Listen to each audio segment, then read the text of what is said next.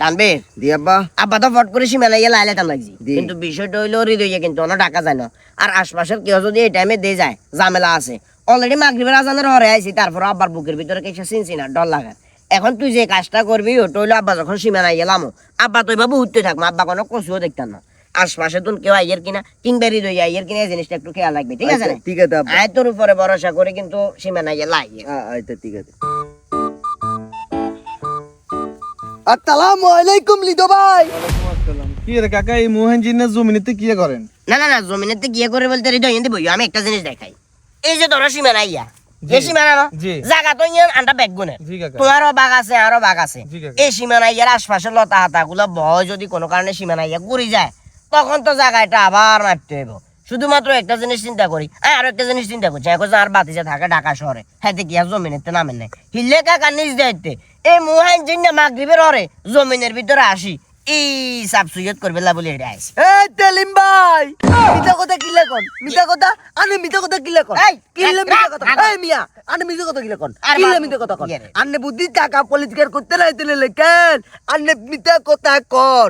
আনে তো এটা লাইতে নাইতেন, এটা কই দিতি কেমন দিলাম তেলিম ভাই?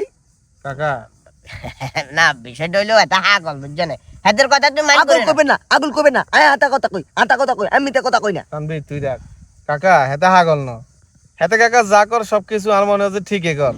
কাকা দূরে তো দেখছি আপনি কুড়াই গেল লাড়ালাড়ি করেন, আর অলরেডি তো এটা এবার হরে তানবীর আরে কইছে। কাকা শুধুমাত্র এই একটা কারণে আই বাড়িতে চাইলেও আইতাম হারি না। কাকা আপনি চান না, আজ থেকে প্রায় 22টা বছর আগে আর আব্বা মারা গেছে। যদিও আর বর্তমান বয়স এখন 28 চলে, কিন্তু যে সময় আর বয়স 500 বছর আছিল, আমি কিন্তু কাকার খুব বেশি আদর করতে, একদম নিজের হোলার মতো আদর করতে। কিন্তু যখন আমার বয়সটা বাড়া শুরু হয়ে গেছে না, তখন আমি নিজে নিজে রিয়েলাইজ করলাম আপনি কেমন যেন আরে মানে একটু ইগনোর করে নেন, অনাদরে অবহেলায় ধীরে ধীরে আস্তে আস্তে বড় হতে লাগলো। কিন্তু কাকা আপনারা না করলেও এই জিনিসটা রিয়েলাইজ করছি যে আপনারা কিলে ইগনোর করেন। ওই যে আপনি হয়তো বা চিন্তা ভাবনা করছেন, আর যদি বয়সের সাথে সাথে যদি আর বাপের দায়িত্ব কিন্তু আমরা জায়গা সম্পত্তি লই যদি আমার লগে কখনো যদি কথাবার্তা কই, দেখা গেছে যে হিসু মামনে তো আরো জবাব দেওয়ার মতো কোনো কিছুই থাকতো না। কাকা এই জায়গা সম্পত্তির কথা চিন্তা করি, শুধুমাত্র এই একটা কথা চিন্তা ভাবনা করি, আমি চাইলেও কাকা বাইরে আইতাম হারি না। শুধুমাত্র ঈদের সন্ধ্যে বাইতাই আব্বার কবরটা জিয়ারত করবে বলি, নিজের মাতৃভূমি সাইবেল্লা বলি, নিজের বাপের বিড়াটা সাইবেল্লা বলি। কিন্তু কাকা এটা এবার হরজন দেখি না যে জায়গা সম্পত্তি লয়ে বেজাল চলে, তখন নিজের অজান্তেই নিজের মনটা খুব ছোট হয়ে যায়।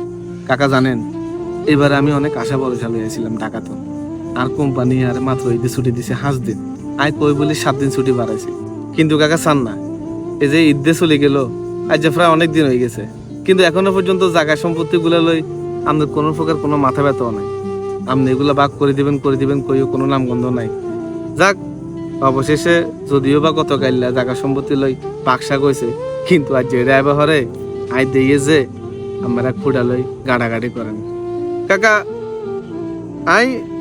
আই সবসময় একটা বড় মূল্যে বড় আশালে থাকতাম যে আর বাপ নাই তো কিছে, আর চাচা আছে, আর চাচা আর ছোটবেলায় যেভাবে ভালোবাসছো, আর চাচা হয়তো বা আমি বড় বা হরে আর বাপের দায়িত্ব পালন করবো, আর বাপের ভূমিকা পালন করবো।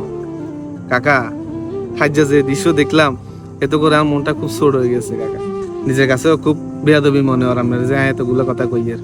ভালো থাকিয়েন কাকা, আই ঢাকা থেকে চলে যাই আর কি। শতানের বাচ্চা শতান আইছো যে তোল্লাই বলি অঙ্গায় হেতেরে দানিক কথা শুনন লাগছে, তুই কিলে টাউডারি করে হেতেরে সব তুই কথা কইলা কিলে গেছো। আই লাভ ইউ তেলিম ভাই।